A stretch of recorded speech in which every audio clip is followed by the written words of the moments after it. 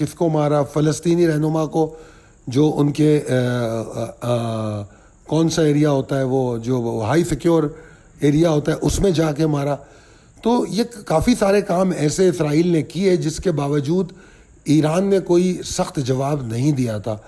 مگر یہ جو جواب دیا گیا ہے یہ تھوڑا سخت جواب دیکھنے میں آیا ہے, اور ابھی تک کیجولٹیز اتنی سمجھ میں نہیں آ رہی کیونکہ انہوں نے بڑا پریسائز اٹیک کیا ہے موساد کی طرف. اور مگر اس میں ایک جو اہم چیز دیکھنے میں آ رہی ہے کہ اس اٹیک میں کوارڈینیشن دیکھا گیا ہے حماس کا اور حزب اللہ کا, کہ دوسری جانب سے بھی اٹیک ان ایران کے اٹیک کے ساتھ ہوئے. بہرحال کٹنگ اٹ ٹو شارٹ کیونکہ ہمارا موضوع یہ نہیں ہے, مگر یہ صورتحال خطے کے لیے بڑی پرابلم پیدا کر رہی ہے اور اس کا امپیکٹ ہماری مارکیٹ پر ضرور آنے جا رہا ہے. اب وہ فیئر کیسے ہو سکتا ہے, اس کے لیے ہمارے لیے سب میں بہتر ایک جملہ اکثر میں کہتا ہوں کہ مارکیٹ میں نقصان نہیں کریں اگر ہم, تو یہ بھی ایک فائدہ ہے کہ بجائے اس کے کہ نقصان کریں, اگر ہم دور بیٹھے رہ جائیں ایسے وقت جب نقصان ہونے جا رہا ہو تو وہ بھی میرے حساب سے پروفٹ ہوتا ہے. تو بہرحال اب ایسا لگتا ہے کہ امریکہ اور اسرائیل دونوں ایران کو مکمل جنگ میں شامل کرنے میں کامیاب ہو گئے ہیں. پریسائز لیول ٹیبل اپڈیٹڈ ہے, آگے چلتے ہیں. Possibilities and strategies as per technical chart. دیکھیے جناب, مجھے تھوڑی سی فکر ہے, مجھے ایسا لگ رہا ہے کہ کل مارکیٹ اگر 82,000 کے اوپر بھی ہائی بناتی ہے تو بھی میں بہت زیادہ مطمئن نہیں ہوں کیونکہ کلوزنگ 82,000 کے قریب ہی ہے. تو کوئی بڑی بات نہیں ہے 82,100 200 تک جانا مارکیٹ کا.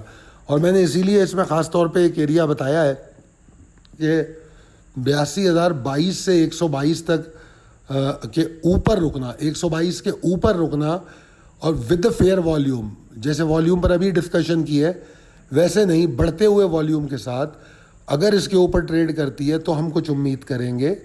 ادروائز صرف پری اوپن میں یا صبح 10 بجے تک اگر کوئی ہائی بن جاتا ہے تو وہ بالکل غیر اہم ہوگا, اور اس کے بعد اگر مارکیٹ نیچے آتی ہے اور 81,890 کے نیچے ٹریڈ کرتی ہے تو یہ بڑی پریشان کن بات ہے. اور یہی وجہ ہے آج کی مڈ ڈے کال میں بھی ہم اس کو ڈسکس کر چکے ہیں, اور مڈ ڈے کے بعد دوپہر 2 بجے بھی میں نے آپ لوگوں کو اپڈیٹ کیا ہے, 2 بجے بھی. اور میں سمجھتا ہوں اگر آپ نے میری تمام اپڈیٹس کا فائدہ اٹھایا ہے تو آپ نے پروفٹ ٹیکنگ کر لی ہے. اور جو ایکیومولیشن والی ہمارے اسٹاکس ہیں اس کے لیے تو ہم فکر مند ہوتے نہیں, ٹھیک ہے نا. تو اب اگر ہم ٹیکنیکل صورتحال دیکھیں تو 81,890 کے نیچے ایگزاسٹڈ, اور وہ ایگزاسشن مارکیٹ کو 81,587 سے 81,455 تک سلائڈ کر سکتی ہے. اب اہم بات یہ ہے کہ کتنی طاقت سے نیچے آتی ہے, کتنے والیوم سے نیچے آتی ہے. اب اگر یہ ایریا ٹوٹ جائے تو پھر تو مسائل شروع ہو جائیں گے. اس ایریے تک تو مسائل نہیں ہے کہ چلو جزوی وقتی بات ہے, تھوڑی ایگزاسٹ ہوئی پھر دوبارہ ریکور کر لے گی. مگر اگر اس ایریے کے نیچے مارکیٹ ٹریڈ کرنے بیٹھ گئی تو پھر مارکیٹ میں مسائل شروع ہو جائیں گے. امیدیں وہی ہیں 82,022 سے 122 کے اوپر والیوم جنریٹ کر کے, ناٹ دی شارپ ہائیز, ٹھیک ہے جی. جسٹ ٹیسٹ کرنا میرے حساب سے کوئی اہم بات نہیں ہے. تو مارکیٹ کے سینٹیمنٹس کو آپ بہت احتیاط سے دیکھیں گے. سچویشن جو مڈل ایسٹرن میں نے تھوڑی بیان کی ہے اس کا امپیکٹ, اس کرائسس کا امپیکٹ جو مارکیٹ پہ ہو رہا ہے اس کو بھی اگنور نہیں کریں گے. اچھا جناب, اب آ جاتے ہیں ہم اپنے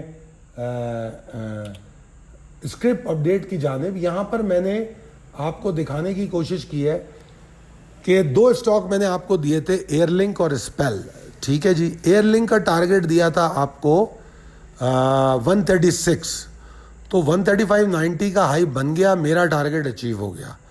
تو ایئر لنک تو پورا ہو گیا. ایسی مارکیٹ میں جس میں مومنٹم نہیں تھا اس کے باوجود ٹارگٹ اچیو ہو گیا.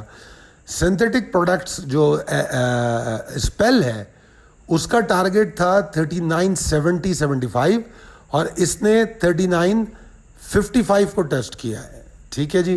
تو یہ ٹارگٹ سے تھوڑا نیچے رہا ہے. اگر یہ 39.70 کی جگہ 65 بھی ٹیسٹ کر لیتا تو میں کہتا ٹارگٹ ہٹ ہو گیا. مگر میں یہ سمجھتا ہوں کہ 5-10 پیسے سے ہم اس ٹارگٹ کو مس کر گئے. مگر بہرحال جو مارکیٹ کی صورتحال تھی کوئی ایسی بڑی بات نہیں ہے. ان حال میں بھی اس کا وہاں تک جانا ہی بہت بڑی بات ہے, کیونکہ اگر آپ اس کی کلوزنگ دیکھیں تو وہ 37.69 کی ہے. تو پھر 39.55 کو دیکھیں گے تو تقریباً 2 روپے بن جاتے ہیں. تو میرے حساب سے تو اللہ کا شکر ہے. اور اگر آپ ایئر لنک کا ہائی دیکھیں 135.89 یعنی کہ ٹارگٹ, اور پھر اس کی کلوزنگ دیکھیں تو 133.85, تو یہ بھی تقریباً 2 روپے بنتا ہے. تو اگر آپ نے ان کالز کو سمجھا ہے تو, اور نہیں سمجھ پا رہے ہیں تو میں کال دے رہا ہوں, اس کو سمجھنے کی کوشش کیجیے.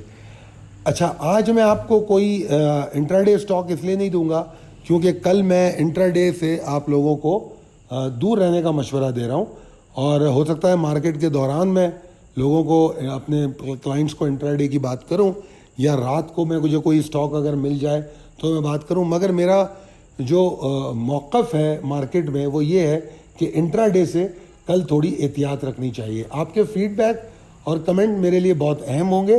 اللہ تعالیٰ آپ کو بہت صحت مند رکھے, کامیاب کرے. اللہ حافظ.